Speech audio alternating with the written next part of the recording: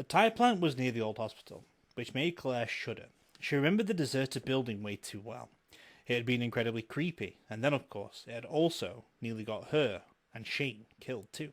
So again, not fond.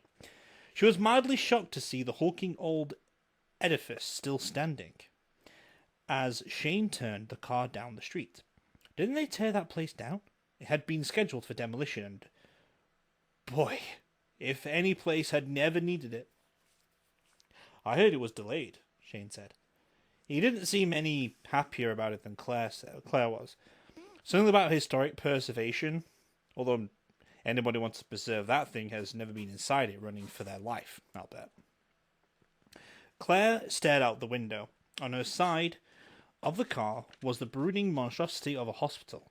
The cracked stones and tilted columns in front made it look like something straight out of one of Shane's favourite zombie-killing video games. "Don't be hiding in there," she whispered. "Please don't be hiding in there." Because if even Menin had taken refuge there, she wasn't sure she'd have had the courage to go charging in after them. "There's Germans," Hannah said, and nodded towards the other side of the street.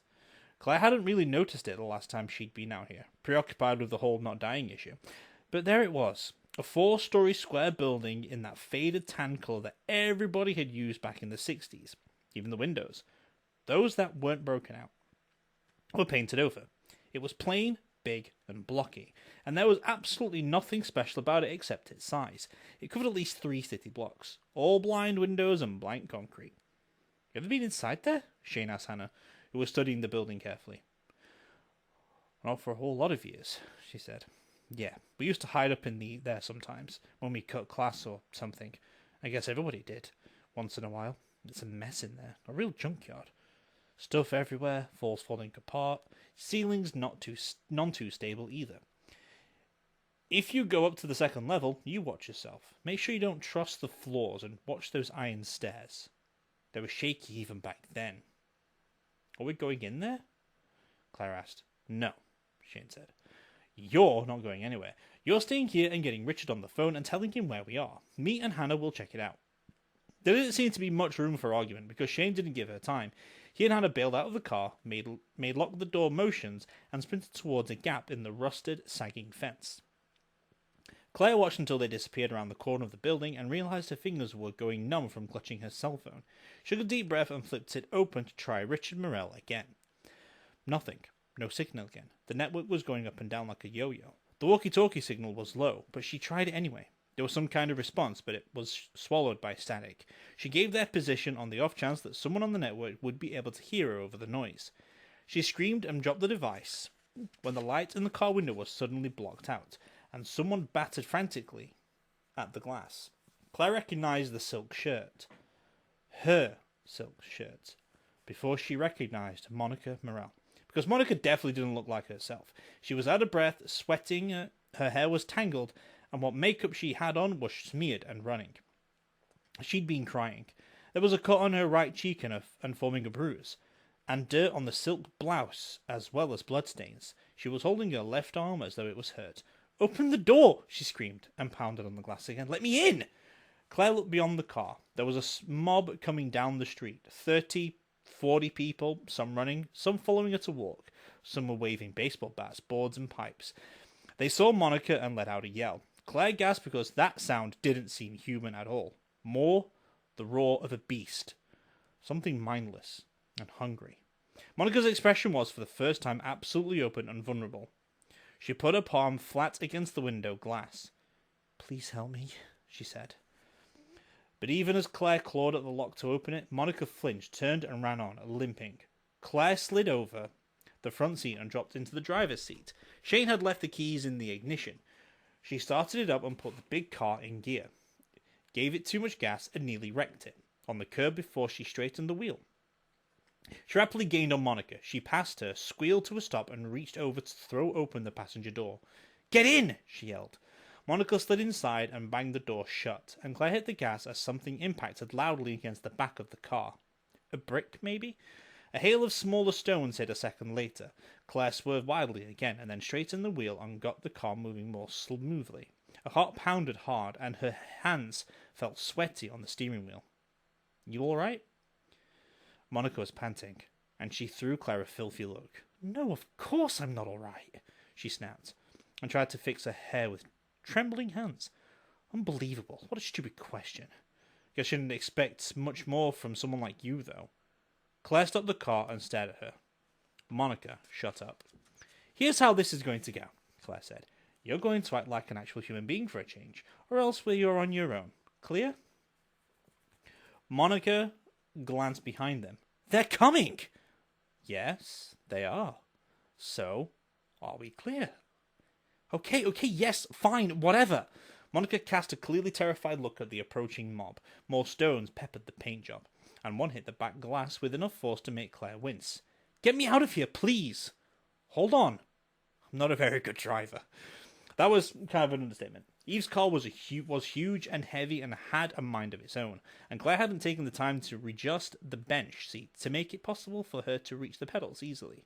The only good thing about her driving as they pulled away from the mob and the falling bricks that it was approximately straight and pretty fast. She scraped the curb only twice. Once the fittest of their pursuers had fallen behind, obviously discouraged, Claire finally remembered to breathe and pulled the car around the next right turn. This section of town seemed deserted, but then so had the other street before Monica and her fan club had shown up. The big, imposing hulk of the tyre plant glided by on the passenger side. It seemed like miles of featureless brick and blank windows. Claire braked the car on the other side of the street, in front of a deserted, rusting warehouse complex. Come on, she said. What? Monica watched her get out of the car and take the keys with uncomprehending shock. Where are you going? We have to get out of here. They were going to kill me. They probably still are, Claire said. So you should probably get out of the car now, unless you want to wait around for them. Monica said something Claire pretended not to hear. It wasn't exactly complimentary, and limped her way out of the passenger side. Claire locked the car. She hoped it wouldn't get banged up, but that mob had looked pretty excitable, and just the fact that Monica had been in it might be enough to ensure its destruction. With any luck, though, they'd assumed the girls had ran into the warehouse complex, which was what Claire wanted. Claire led them in the opposite direction, to the fence around German's tyre. There was a split in the wire by one of the posts, an ancient curling gap half hidden by a triangle of tumbleweeds. She pushed through and held the steel aside for Monica. Coming? She asked when Monica hesitated, because you know what? Don't really care all that much, just so you know. Monica came through without any comment. The fence snapped back into place. Unless someone was looking for an entrance, it ought to do. The plant threw a large black shadow on the weed-choked parking lot. There were a few rusted-out trucks still parked here and there. Claire used them for cover from the street as they approached the main building, though she didn't think the mob was close enough to really spot them at this point. Monica seemed to get the point without much in the way of instruction. Claire supposed that running for her life had humbled her a little. Maybe. Wait, Monica said, as Claire prepared to bolt for a broken-out bottom-floor window into the tyre plant. What are you doing? Looking for my friends, she said. They're inside. Well, I'm not going in there, Monica declared, and tried to look haughty. It would have been more effective if she hadn't been so frazzled and sweaty. I was on my way to City Hall, but those losers got in my way. They slashed my tyres. I need to get to my parents. She said it as though she expected Claire to salute and hop like a toad. Claire raised her eyebrows. Better start walking, I guess. Kind of a long way. But... Claire didn't wait for the sputtering to die. She turned and ran for the building. The window opened into total darkness, as far as she could tell, but at least it was accessible. She pulled herself up to the sash and started swinging her legs inside. Wait! Monica dashed across to join her. You can't leave me here alone. You saw those jokes out there. Absolutely. Oh, you're just loving this, aren't you? Kinda. Claire hopped down inside the building and her shoes slapped bare concrete floor. It was a bare except for a layer of dirt anyway, undisturbed as far as the light penetrated, which wasn't very far. Coming? Monica stared through the window at her, just boiling with fury. Claire smiled at her and started to walk into the dark. Monica, cursing, climbed inside. I'm not a bad person, Monica was saying. Whining, actually. Claire wished she could find a 2x4 to whack her with by the tyre plant, but the tyre plant, although full of wreckage and trash, didn't seem to be big on wooden planks. Some nice pipes, though. She might use one of those. Except she really didn't want to hit anybody. Deep down, Claire supposed that was a character flaw, or something. Yes, you really are a bad person, she told Monica, and ducked underneath a low-hanging loop of wire that looked horror movie ready. The sort of thing that dropped around your neck and hauled you up to be dispatched by the Psycho Killer villain. Speaking of which, this whole place was decorated in early Psycho Killer villain. From the vast soaring darkness overhead to the lumpy skeletal shapes of rusting equipment and abandoned junk. The spray painting, decades of it, in layered styles from early tagger to cutting-edge gang sign, gleamed in the random shafts of light like blood.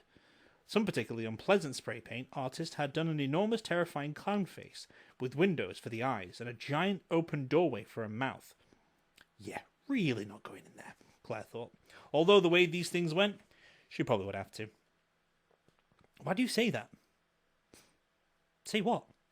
Claire asked absently. She was listening for any sound of movement, but this place was enormous and confusing. Just as Hannah had warned. Say that I'm a bad person. Oh, I don't know. You tried to kill me and get me raped at a party. Not to mention, that was payback, Monica said, and I didn't mean it or anything. Which makes it all so much better. Look, can we not bond? I'm busy. Seriously. Shh! That last was a forestall, Monica from blurting out yet another injured defence of her character. Claire squeezed past a barricade of piled-up boxes and metal into another shaft of light that arrowed down from a high-up broken window. The clown painting felt like it was watching her, which was beyond creepy. She tried not to look too closely at what was on the floor. Some of it was animal carcasses, birds, and things that had got inside and died over the years. Some of it was old cans, plastic wrappers, all kinds of junk left behind by adventurous kids looking for a hideout. She didn't imagine any of them stayed for long. This place just felt haunted. Monica's hand grabbed her arm, just on the bruise that Amelia's grip had given her earlier. Claire winced. Did you hear that? Monica's whisper was fierce and hushed. She needed mouthwash, and she smelled like sweat more than powder and perfume. Oh my God, something's in here with us. Could be a vampire, Claire said. Monica sniffed. Not afraid of those, she said, and dangled her fancy silver protection bracelet in front of Claire's face. Nobody's going to cross Oliver. You want to tell that to the other people chasing you back there? I don't think they got the memo or something. I mean, no vampire would. I'm protected. Monica said it like there was simply no possibility anything else could be true. The earth was round, the sun was hot, and a vampire would never hurt her because she'd sold herself to Oliver, body and soul. Yeah, right. Newsflash? Claire whispered. Oliver's missing in action from Common Grounds. Amelia's disappeared. In fact, most of the vampires all over town have dropped out of sight, which makes these bracelets cute fashion accessories, but not exactly bulletproof vests or anything. Monica started to speak, but Claire frowned angrily at her and pointed off into the darkness where she'd heard the noise. It had sounded odd, kind of a sigh, echoing from the steel and concrete, bouncing and amplifying. It sounded as if it had come out of the clown's dark mouth. Of course. Claire reached into her pocket. She still had the vial of silver powder that Amelia had given her, but she was well aware that it might not do her any good. If her friend vampires were mixed in with enemy vampires, she was out of luck. Likewise, if what was waiting for her out there were trouble of a human variety instead of bloodsuckers. Shane and Hannah were in here, somewhere, and so, hopefully, was Eve. Claire eased around a tattered sofa that smelled like old cats and mould and sidestepped a truly impressive rat that didn't bother to move out of her way. It sat there watching her with weird, alert eyes. Monica looked down, saw it and shrieked. Stumbling backward, she fell into a stack of ancient cartons that collapsed on her, raining down random junk. Claire grabbed her and pulled her to her feet, but Monica kept on whimpering and squirming, slapping at her hand and upper body. Oh my God, are they on me? Spiders! Are they spiders? If they were, Claire hoped they bit her. No, she said shortly. Well, they were, but they were little ones. She brushed them off of Monica's back. Shut up already! Are you kidding me? Did you see that rat? It was the size of fucking Godzilla. That was it, Claire decided. Monica could just run around on her own, screaming about rats and spiders until someone came and ate her. Whatever. She got only about 10 feet away when Monica's very small whisper stopped her dead in her tracks. Please don't leave me. That didn't sound like Monica. Not at all. It sounded scared and very young. Claire, please. It was probably too late for being quiet. Anyway, then if there were vampires hiding in German's tire plant, they all knew exactly where they were, and for that matter could tell what blood type they were, so stealth didn't seem a priority. Claire cupped her hands over her mouth and yelled very loudly, "Shane? Eve? Hannah? Samantha?" The echoes woke invisible birds or bats high overhead, which flapped madly around. Her voice rang from every flat surface, mocking Claire with her own ghost. In the whispered silence after Monica murmured, "Wow, I thought we were being subtle or something. My mistake." Claire was about to hear something really unpleasant at her, but froze as another voice came. Bouncing through the vast rooms, Shane's voice. "Claire? Here? Stay there and shut up!" He sounded frantic enough to make Claire wish she'd stuck with the whole quiet time policy. And then Monica stopped breathing and went very, very still next to her. Her hands closed around Claire's arms, squeezing bruises again. Claire froze too, because something was coming out of the mouth of that painted clown. Something white, ghostly, drifting like smoke. It had a face. Several faces, because it was a group of what looked like vampires. All very pale, all very quiet. All heading their way. Staying put was not such a great plan. Claire decided she was going to go with run away, which, grabbing Monica's wrist, she did. The vampires did make sounds then, as their quarry started to flee, like little whispering laughs, strange hisses, all kinds of creepy noises that made the skin on the back of Claire's neck tighten up. She had the glass vial in one hand, running faster, leaping over junk when she could see it coming and stumbling across it when she couldn't. Monica kept up, somehow, although Claire could hear the tortured, steady moaning of her breath. Whatever she'd done to her right leg must have hurt pretty badly. Something pale landed ahead of her, with a silent leap like a spider pouncing. Claire had a wild impression of a white face, red eyes and a wide-open mouth and gleaming fangs. She drew back to throw the vial, and realized it was Merlin facing her. The hesitation cost her. Something hit her from the back, sending her stumbling forward across a fallen iron beam. She dropped the vial as she fell, trying to catch herself. She heard the glass break on the edge of the girder. Silver dust puffed out. Monica shrieked, a wild cry that made the birds panic again high up in heaven. Claire saw her stumble away, trying to put a distance between herself and Merlin. Merlin was just outside of the range of the drifting silver powder, but it wasn't Merlin who was the problem. The other vampires, the ones who'd come out of the clown's mouth, leapt over stacks of trash, running for the smell of fresh, flowing blood. They were coming up behind them fast. Claire raked her hand across the ground and came up with a palm full of silver powder and glass shards as she rolled up to her knees. She turned and threw the powder into the air between her, Monica, and the rest of the vampires. It dispersed into a fine, glittering mist, and when the vampire hit it, every tiny grain of silver caught fire. It was beautiful and horrible, and Claire flinched at the sound of their cries. There was so much silver, and it clung to their skin, eating in. Claire didn't know if it would kill them, but it definitely stopped them cold. She grabbed Monica's arm and pulled her close. Merlin was still in front of them, crouched on top of a stack of wooden pallets. He didn't look at all human. Not at all. And then he blinked, and the red light went out in his eyes. His fangs folded neatly backward, and he ran his tongue over pale lips before he said, puzzled, "Claire?" She felt a sense of relief so strong it was like falling. "Yeah, it's me." "Oh." He slid down off the stacked wood, and she realized he was still dressed in the way she'd seen him back at Common Grounds. A long black velvet coat, no shirt, white pantaloons left over from his costume. He should have looked ridiculous, but somehow he looked right. "You shouldn't be here, Claire. It's very dangerous." "I know."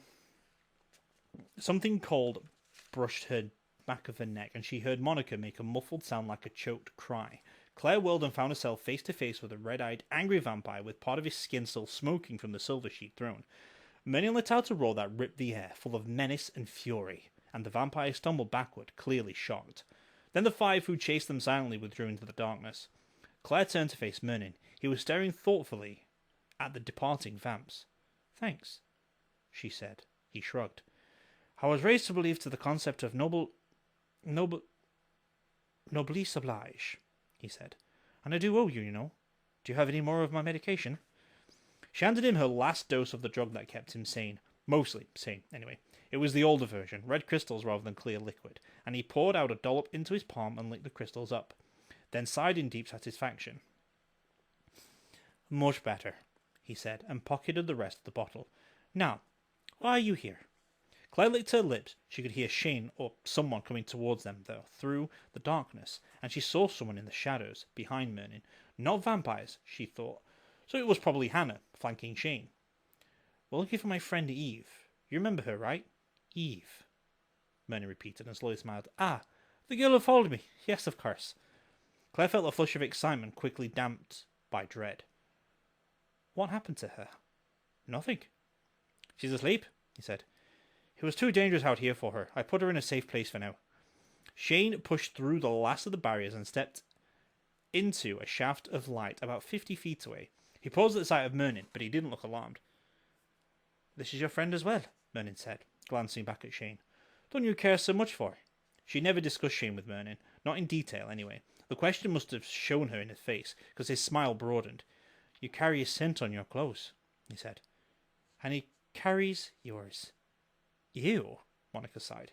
Merlin's eyes focused in her like a laser sights. And who is this lovely child? Claire almost rolled her eyes. Monica, the mayor's daughter. Monica Morell, she offered her hand, which Merlin accepted and bent over in an old-fashioned way. Claire assumed he was also inspecting the bracelet on her wrist. Oliver's, he said, straightening. I see. I am charmed, my dear, simply charmed. He didn't let go of her hand. I don't suppose you would be willing to donate a pint for a poor, starving stranger? Monica's smile froze in place. He pulled her into his arms with one quick jerk. Monica yelped and tried to pull away, but for all his relatively small size, Merlin had strength to burn. Claire pulled in a deep breath. Merlin, please. He looked annoyed. Please? What? She's not free range or anything. You can't just munch her. Let's go. He didn't look convinced.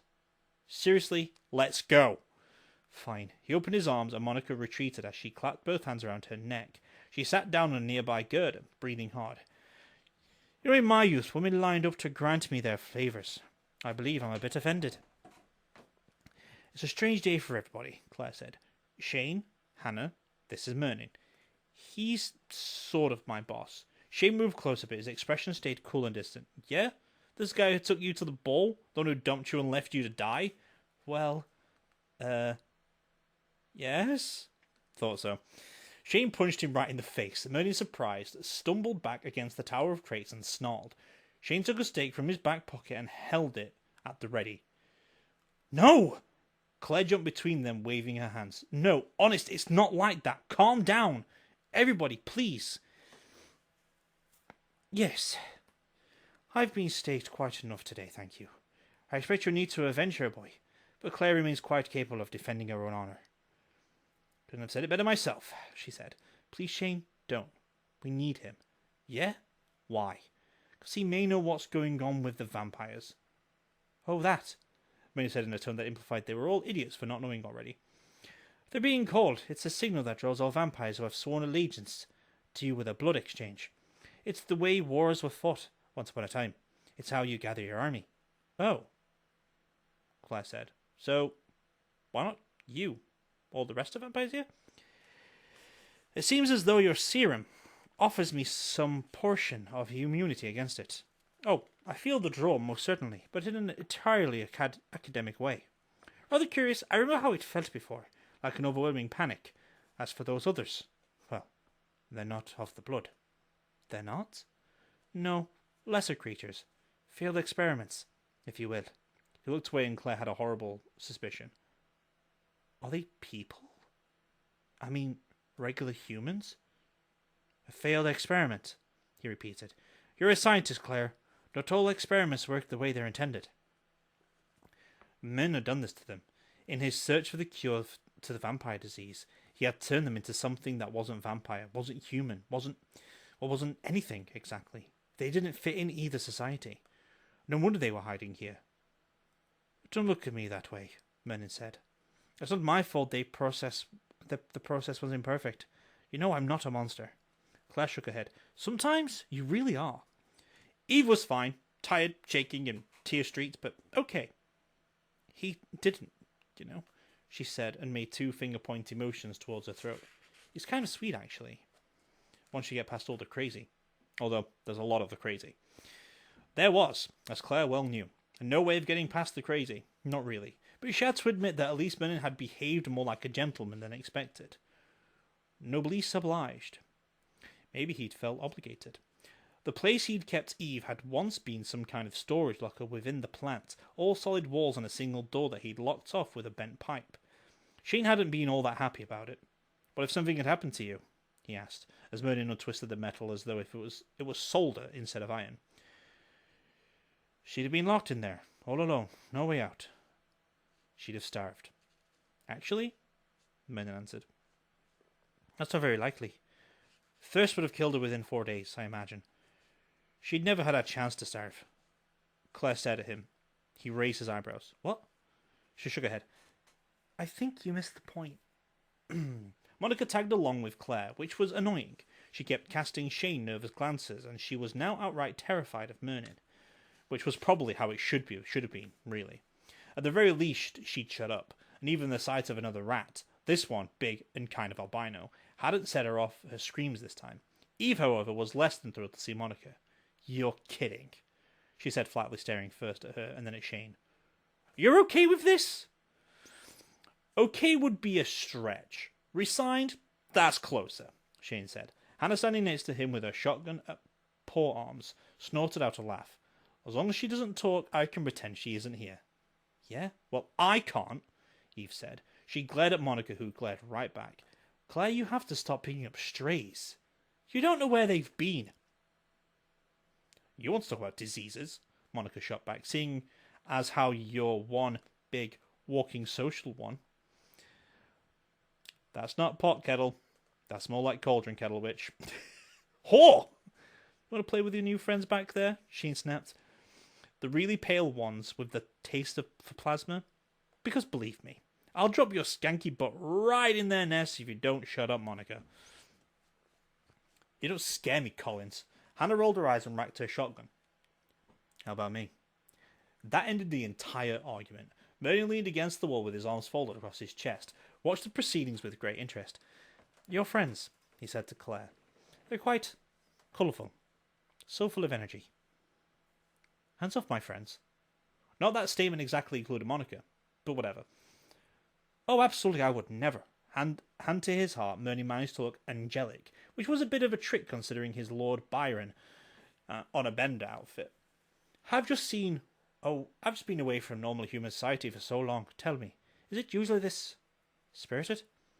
Not usually, she sighed. Monica's special. Yeah, in the short bus sense, because Monica was a head case. Not that Claire had time or inclination to explain all the dynamics of the Monica-Shane-Eve relationship to Merlin right now. When you said that someone was calling the vampires together for some kind of fight, was that Bishop? Bishop? No, of course not. It's Emilie. Emilie is sending the call. She's consolidating her forces, putting up the lines of defence. Things are rapidly moving towards a confrontation, I believe. That was exactly what Claire was afraid of. Afraid that he was going to say. Do you know who answered? Anyone in Morganville with a blood tie to her, he said. Except me, of course. But that would include almost every vampire in town, save those who were sworn through Oliver. Even then, Oliver's ties would bind them in some sense, because he swore fealty to her when he came to live here. They might feel the pull less strongly, but they would still feel it. Then how is Bishop getting an army? Isn't everybody in town, Emilie's? He bid those he wished to keep on his side, Merlin shrugged. Claimed them from her, in a sense. Some of them went willingly, some not, but all owe him allegiance now. All those he was able to turn, which is a considerable number, I believe. He looked sharply at her. The call continued in the daytime. Michael? Michael's fine. They put him in a cell. And Sam? Claire shook her head in response. Next to Michael, his grandfather Sam was the youngest vampire in town, and Claire hadn't seen him at all, not since he left the glass house. Well before any of the other vamps, he had gone off on some mission for Emilie. She trusted him more than most of the others, even those she'd known for hundreds of years. That was, Claire thought, because Emilie knew how Sam felt about her. It was the storybook kind of love, the kind that ignored things like particularity and danger, and never changed or died. She found herself looking at Shane. He turned his head and smiled back. The storybook kind of love. She was probably too young to have that, but this felt so strong, so real. And Shane wouldn't even man up and tell her he loved her. She took a deep breath and forced her mind off that. What do we do now? Claire asked. Merlin?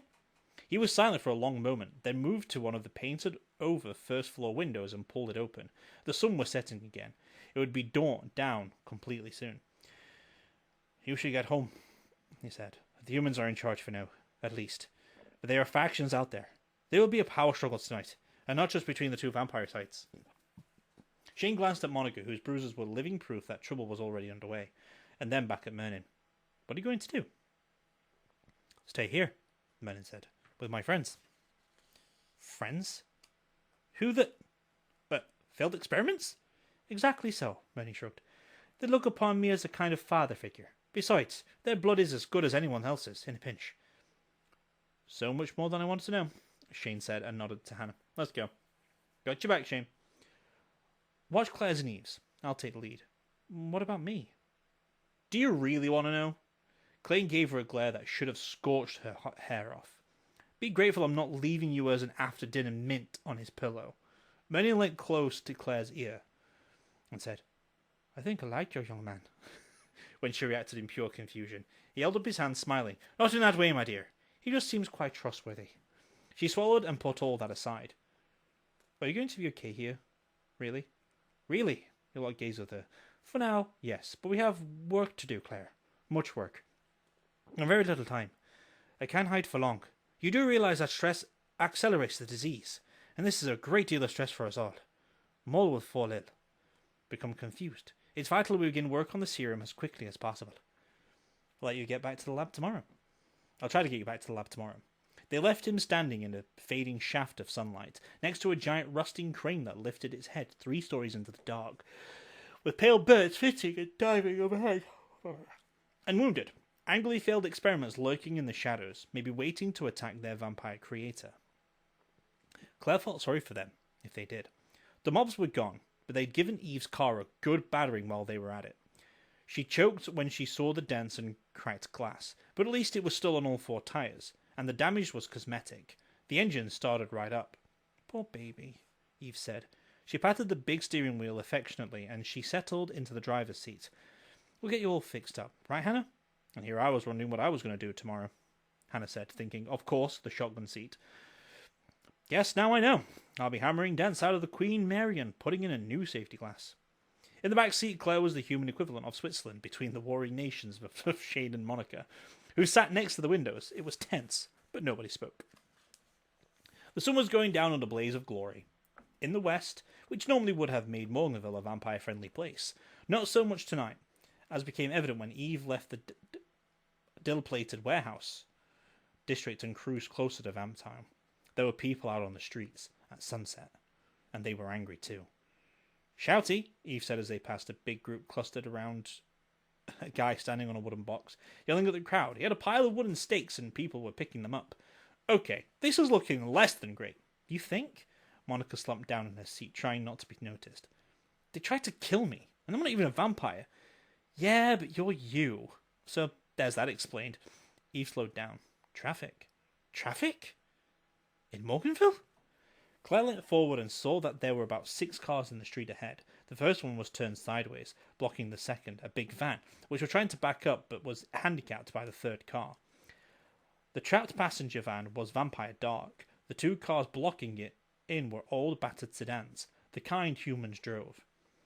That's Lex Parry's car. The one turned sideways, Anna said, and I think that's the Nully brothers in the third one. They're drinking buddies with Sal Minetti. Sal, as in the guy who's their rabble-rousing? You got it. And now people were closing in around the van, pushing against it, rocking on its tyres. Nobody in their car spoke a word. The van rocked harder. The tyres spun, trying to pull away, but it tipped and slammed over on its side, helpless. With a roar, the crowd climbed on top of it, and started battering the windows. We should do something, Claire finally said. Yeah? And his voice was very soft. What exactly? Call the police? Only the police were already here. There were 2 cars of them. They couldn't stop what was happening. In fact, they didn't even look inclined to try. Let's go, Shane said quietly. There's nothing we can do here. Eve silently put the car in reverse and burnt rubber backing up. Claire broke out of her trance. What are you doing? We can't just leave. Take a good look, Eve said grimly.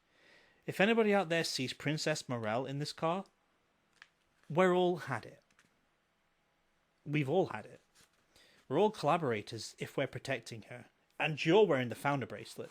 We can't risk it. Claire sunk back in her seat as Eve shifted gears again and turned the wheel.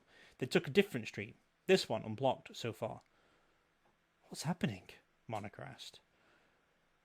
What's happening to our town? France, Claire said, thinking about Grandma Day. Welcome to the revolution. Eve drove through a maze of streets. Lights were flickering on in houses, and the few street lamps were coming on as well. Cars, and there were a lot of them out now, turned on their headlights and honked, as if the local high school had just won a big football game. As if it were one big, loud party. I want to go home, Monica said. Her voice sounded muffled. Please? Eve looked at her in the rear-view mirror and finally nodded.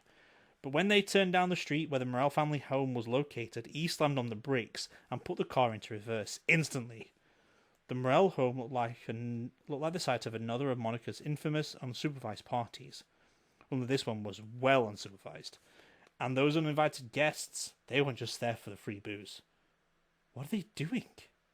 Monica asked and let out a strangled yell as a couple of guys carried a big plasma television out the front door.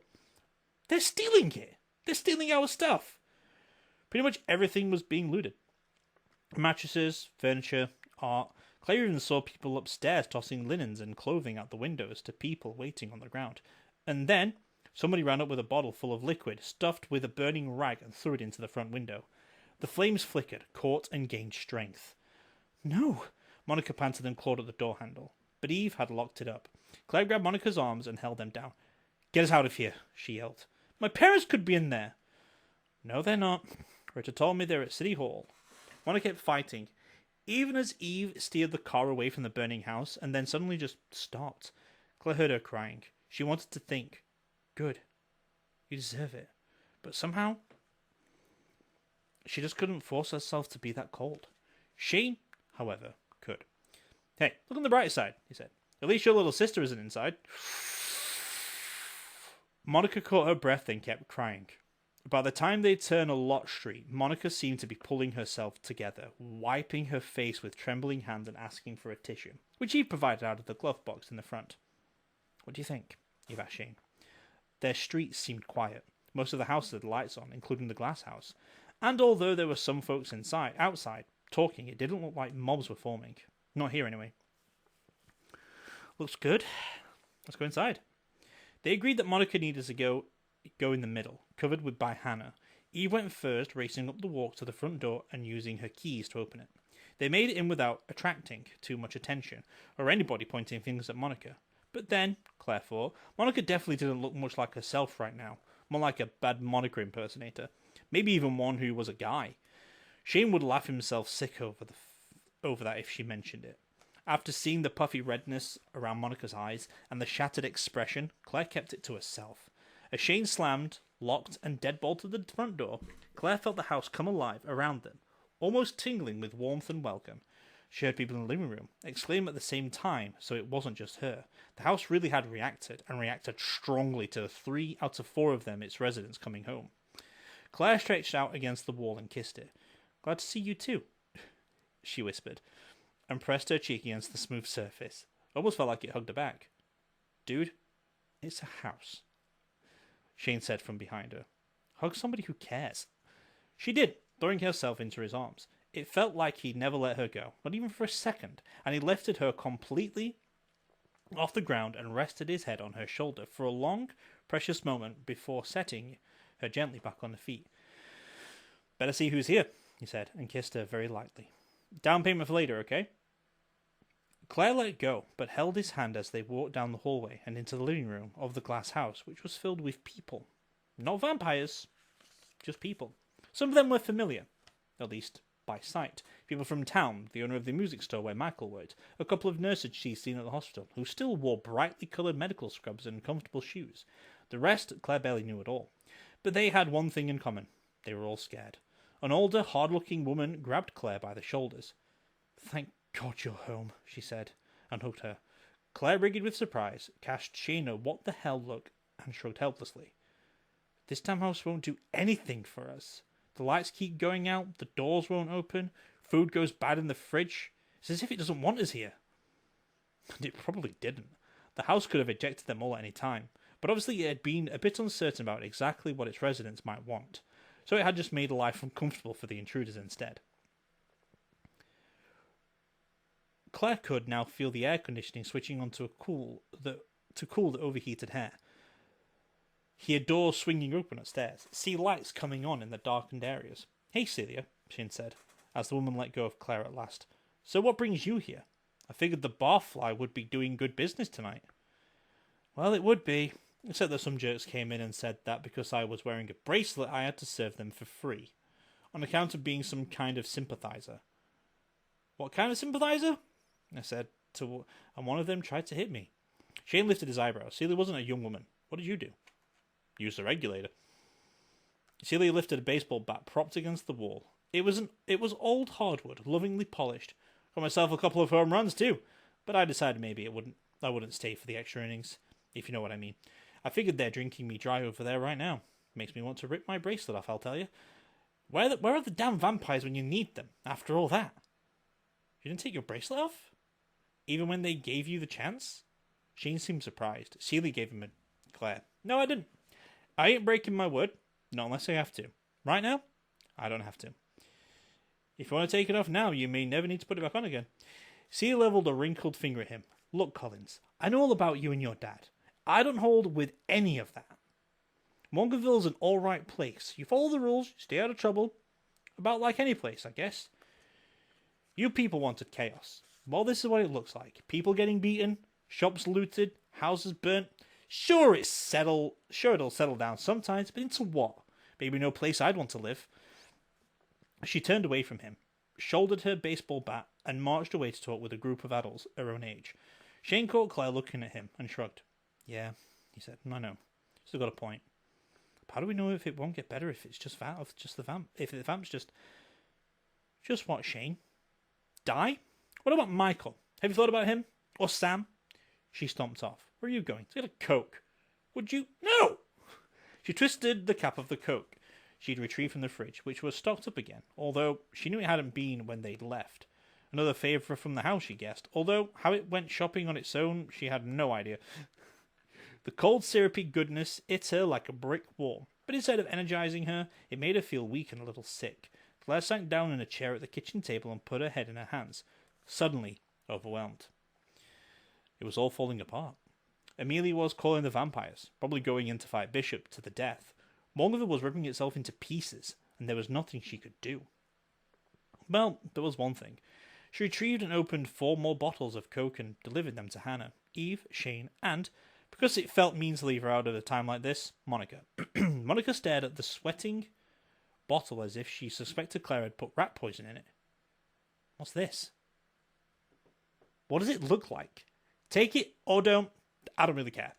Claire put it down on the table next to where Monica sat. She went to curl up on the couch next to Shane. She checked her cell phone. The network was back up again, at least for the moment, and she had a ton of voicemails. Most were from Shane, so she saved them to listen to later. 2 more were from Eve, which she deleted, since they were instructions on where to find her. The last one was from her mother. Claire caught her breath, tears pricking in her eyes as the sound of Mum's voice. Her mother sounded calm. At least, mostly, anyway. "Claire, sweetie, I know I shouldn't be worrying, but I am, honey. Call us. I've been hearing some terrible things about what's happening out there. Some of the people with us here are talking about fights and looting. If I don't hear from you soon, well, I don't know what we'll do. But your father's going crazy, so please call us. We love you, honey. Bye." Claire got her breathing back under control, mainly by sternly telling herself that she needed to sound together and complete in control to keep her parents from charging out there into the craziness. She had it more or less managed by the time the phone rang at the other end. When her mother picked up, she was able to say, "Hi, Mum," without making it sound like she was about to burst into tears. "I got your message. Is everything okay there? Here? Claire, don't you be worrying about us. We're just fine." "Oh, honey, are you okay? Really?" Honestly, yeah, I'm okay. She couldn't say that everything was okay, because of course it wasn't. It was, at best, kind of temporary, stable. It's quiet here. Shane's here, then Eve. Claire remembered that Mom had liked Monica Morell and rolled her eyes, and not anything to calm her fears. That girl from the dorm, Monica, she's here too. Oh yes, Monica, I liked her. It really did seem to help, which was not exactly an endorsement of Mom's character judging ability. Her brother came in here to check on us about an hour ago. He's a nice boy. Claire couldn't quite imagine referring to Richard Morale as a boy, but she let it go. He's kind of in charge of the town right now, she said. You have the radio, right? The one we dropped off earlier? Yes, we've been doing everything they say, of course, but honey, I'd really like it if you could come here. We want to have you home with us. I know, Mom, but I think I'd better stay here. It's important. I'll try to come back tomorrow, okay? They talked a little more about nothing much, just chatted to make life seem kind of normal for a change. Mom was holding it together, but only barely. Claire could hear the manic quiver in her voice, could almost see the bright tears in her eyes. She was going on about how they'd had to move most of the boxes into the basement to make room for all the company. And how she was afraid that Claire's stuff would get damp, and then she talked about all the toys in the boxes and how much Claire had enjoyed them when she was younger. Normal Mom stuff. Claire didn't interrupt, except to make soothing noises of acknowledgements when Mom paused. It helped, hearing Mom's voice, and she knew it was helping her to talk. But finally, when her mother ran down like a spring-wound clock, Claire agreed to all the parental requirements to be careful and watch out and wear warm clothes. Goodbye seemed very final, and once Claire hung up, she sat in silence for a few minutes, staring at the screen on her cell phone. On impulse, she tried to call Amelie. It rang and rang. No voicemail. In the living room, Shane was organising some kind of sentry duty. A lot of people had already crashed out into piles of pillows, blankets, sometimes just on a spare rug. Claire edged around the prone bodies and motioned to Shane that she was going upstairs. He nodded and kept talking to the two guys he was with, but his gaze followed her all the way. Eve was in her bedroom, and there was a note on the door that says, "Do not knock or I will kill you." This means you, Shane. Claire considered knocking, but she was too tired to run away. Her bedroom was dark. When she left in the morning, Eve's kind of friend, Miranda, had been sleeping here, but she was gone, and the bed was neatly made again. Claire sat down on the edge, staring out the windows, and then pulled out clean underwear and her last pair of blue jeans from the closet, plus a tight black shirt Eve had lent her last week. The shower felt like heaven. There was even enough hot water for a change. Claire dried off, fussed with her hair and hair a bit, and got dressed. When she came out, she listened to the stairs but didn't hear Shane talking anymore. Either he was being quiet or he'd gone to bed. She paused next to his door, wishing she had the guts to knock, but she went on her own room instead. Shane was inside, sitting on her bed. He looked up when she opened the door, and his lips parted, but she was silent for a long few seconds. "I should go," he finally said, but he didn't get up. Claire settled in next to him. It was all perfectly correct, the two of them sitting fully dressed like this, but somehow she felt that they were on the edge of a cliff, both in danger of falling off. It was exciting and terrifying, and all kinds of wrong. "So what happened to you today?" she asked. "In the Bloodmobile, I mean." "Nothing, really. We drove to the edge of town and parked outside the border where we'd be able to see anybody coming. A couple of vamps showed, trying to make a withdrawal, but we sent them packing. Bishop never made an appearance. Once we lost contact with the vampires, we figured we'd cruise around and see what was going on. We only got boxed in by a bunch of drunk idiots in pickup trucks, and then the vampires in the Bloodmobile went nuts. That call thing going off, I guess.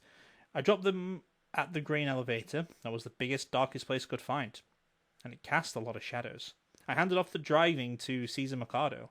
He's supposed to drive it all the way to Midland tonight, provided the barriers are down. Best we can do. What about the book? Did you leave it on board?" In answer, Shane reached into his wristband and pulled out a small leather-bound volume. Amelie had added a lock on it, like a diary lock. Claire tried pressing the small metal catch. It didn't open, of course. "You think she'd be fooling with that thing?" she asked. "Probably not." She tried prying a couple of pages apart to peek at the script. All she could tell was that it was handwritten, and the paper looked relatively old. Oddly, when she smelled it, the paper smelled like chemicals. "What are you doing?" She looked like he couldn't decide whether to be repulsed or fascinated. I think somebody restored the paper. Like they do with really expensive old books and stuff. Comics, sometimes. They put chemicals on the paper to slow down the aging process. Make the paper whiter again. Fascinating. Shane lied. Gimme. He put the book from her hands and put it aside, on the other side of the bed. When she grabbed for it, he got in her way. They tangled, and somehow he was lying prone on the bed, and she was stretched awkwardly on top of him. His hand steadied her when she started to slide off. Oh, she murmured. We shouldn't. Definitely not. Then you should. Yeah, I should. But he didn't move, and neither did she. They just looked at each other, and then very slowly, she lowered her lips to his. It was a warm, sweet, wonderful kiss, and it seemed to go on forever. It also felt like it didn't last nearly long enough. Shane's hand skimmed up her sides, up her back, and cupped her damp hair as he kissed her more deeply. There were promises in that kiss. Okay, red flag, he said. He hadn't let her go, but there was about half an inch of air between their lips. Claire's whole body felt alive and tingling, pulse pounding in her wrists and temples, warmth pooling like light in the center of her body. It's okay, she said. I swear. Trust me. Hey, isn't that my line? Not now. Kissing Shane was the reward for surviving a long, hard, terrifying day. Being enfolded in his warmth felt like going to heaven on moonbeams. She kicked off her shoes, and still, fully dressed, crawled under the blankets. Shane hesitated. Trust me, she said again. And you can keep your clothes on if you don't. They'd done this before, but somehow it hadn't felt so intimate. Claire pressed against him, back to front under the covers. His arms went around her. Instant heat. She swallowed and tried to remember all those good intentions she'd had as she felt Shane's breath whisper on the back of her neck, and then his lips brushed her skin. So wrong, he murmured. You're killing me, you know? I'm not. On this, you'll have to trust me. His sigh made her shiver all the way to her bones. Can't believe you brought Monica back here. Oh, come on. You wouldn't have left her out there all alone. I know you're better than that, Shane. Even as bad as she is. The satanic incarnation of evil?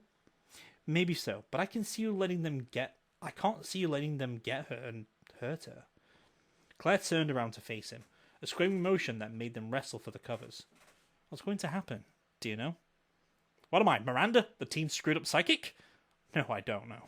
All I know is that when we get up tomorrow, either vampires will be back, or they won't. And then we'll have to make a choice about how we're going to go forward. Maybe don't go forward. Maybe we'll wait. One thing I do know, Claire, you can't stay in the same place. Not even for a day. You keep on moving. Maybe it's the right direction. Maybe not. But you still move. Every second things change. Like it or not. She studied his face entirely. Is your dad here? Now? He grimaced. Truthfully? No idea. I wouldn't be surprised. He'd know that it was time to move in and take command, if he could. Urbanetti's a running buddy from way back. This kind of feels like Dad's behind it. But if he does take over, what happens to Michael, to Mernin, to any other vampires out here? Do you really need me to tell you? Claire shook her head. He'll tell people they have to kill all the vampires, and then he'll come after them or else. And anybody else he thinks is responsible for what happened to your family, right? Probably. Sheen sighed. And you're going to let all that happen? I didn't say that. You didn't say you weren't either. Don't tell me it's complicated, because it isn't. Either you stand up for something, or you lie down for it. You said that to me one time, and you were right. Claire burrowed closer into his arms. Shane, you were right then. Be right now. He touched her face. His fingers traced down her cheek, across her lips, and his eyes. She'd never seen that look in his eyes. In anyone's eyes, really. In this whole screwed-up town, you're the only thing that's always been right to me, he whispered. I love you, Claire. She saw something that might have been just a flash of panic go across his expression. But then he said it again. I can't believe I'm saying this, but I do. I love you. He said something else, but the word had narrowed around her. Shane's lips kept moving, but all she heard were the same words echoing over and over inside her head, like the toiling of a giant brass bell. I love you. He sounded like he had taken him completely by surprise. Not in a bad way, but more as if he hadn't really understood what he was feeling until that instant. She blinked. It was as if she'd never really seen him before, and he was beautiful. More beautiful than any man she'd ever seen in her entire life. Ever. Whatever he was saying, she stopped it by kissing him. A lot. And for a very long time, when he finally backed up, he didn't go far. And this look in his eyes, this intense and overwhelming need, this was new too. And she liked it. "I love you," he said, and kissed her so hard he took her breath away. There was more to it than before, more passion, more urgency, more everything. It was as if she were caught in a tide, carried away, and she thought that if she never touched the shore again, it would be good to drown like this, just swim forever in all this richness. "Red flag," some part of her screamed. "Come on, red flag, what are you doing?" She wished it too. She wished it would just shut up. "I love you too," she whispered to him. Her voice was shaking, and so were her hands, where they rested on his chest. Under the soft t-shirt, his muscles were tensed, but she could feel every deep breath he took. "I'd do anything for you." She meant it to be an invitation, but that was the thing that shocked sense back into him. He blinked. "Anything?" he repeated, and squeezed his eyes shut. "Yeah, I'm getting that. Bad idea, Claire. Very, very bad." "Today?" She laughed a little wildly. "Everything's crazy today. Why can't we be? Just once." "Because I made promises," he said. He wrapped his arms around her and pulled her close, and she felt a groan shake his whole body. "To your parents, to myself, to Michael, to you, Claire. I can't break my word. It's pretty much all I've got these days. But what if..." "Don't," he whispered in her ear. "Please don't. This is tough enough already." He kissed her again, long and sweetly, and somehow it tasted like tears this time, like some kind of goodbye. "I really do love you," he said, and smoothed away the damp streaks of her cheeks. "But I can't do this, not now." Before she could stop him, he slid out of bed, put on his shoes, and walked quite quickly to the door. She sat up, holding the covers close as if she was naked underneath, instead of fully clothed, and hesitated there, one hand gripping the doorknob. "Please stay," she said. "Shane." He shook his head. "If I stay, things are going to happen. You know it, and I know it, and we just can't do this. I know things are falling apart, but..." He issued a deep, painful breath. "No." The sound of the door softly closing behind him went through her like a knife. Claire rolled over, wretchedly hugging the pillow that smelt of his hair, sharing the warm place of the bed where his body had been, and thought about crying herself to sleep. And then she thought of the dawning wonder in his eyes when he'd said, "I love you." No. It was no time to be crying. When she did finally sleep, she felt safe.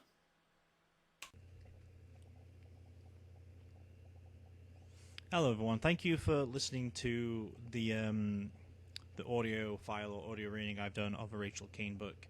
I'm putting this in there, so if you want to skip past this bit and move on to the next video, that's fine by me. This is just like a cancer plug, because I want to do this, as well as also I have to do this, because the thing you've just listened to is illegal for me to do without having a charity case behind it, which I don't want it to be like a situation like, "Oh, I'm only doing this for the sake of cancer," which I'm actually doing this for the sake of cancer, but I did cancel this series a long time ago. It came to my recent attention that I should redo this in a better format, and I feel like now is a perfect opportunity to actually restart this in the worst possible way. Back in 1st of November, back in 2020, Rachel Caine sadly passed away to a rare bone cancer called sarcoma. Now, in the description below is going to be a link that you can... It's going to be a link so you can support the research into helping people survive and defeat sarcoma bone cancer and soft tissue cancer cells and all that stuff. So that's just going to be in the description right there down below. It is in pounds for those American ones, but obviously PayPal and all the research still goes to the same thing, because once it's been cured, once they found a cure for it or found an easier solution for it and stuff like that, it does get sent around all around the world, because everyone works on the same thing all over the world. It's just that this charity is based in UK. I live in the UK, so it still goes to the same goal to beat sarcoma for a long time, and I feel like this is the best opportunity to work with it for any Rachel Caine books that we do during the Morganville series or any future series that we do. Obviously, this is even going to be in the future series if we do them. So any book that we do by Rachel Caine is going to have this at the end, just to plug a little bit of a cancer support for people with sarcoma, because it is a rare cancer. and there is not a very good survival rate. So just putting that in there to help people or to support the issues that are out there, because I'm not going to get any money from these videos at all, even in like the present when I'm not getting any money of this recording, or in the future, if possibly I do. But this is not what I'm about. This is all about for what Rachel Kane succumbed to in the end. So hopefully that as a team together we can beat sarcoma and end one of the cancers that are killing people, because no one likes that. But anyway, have a good day.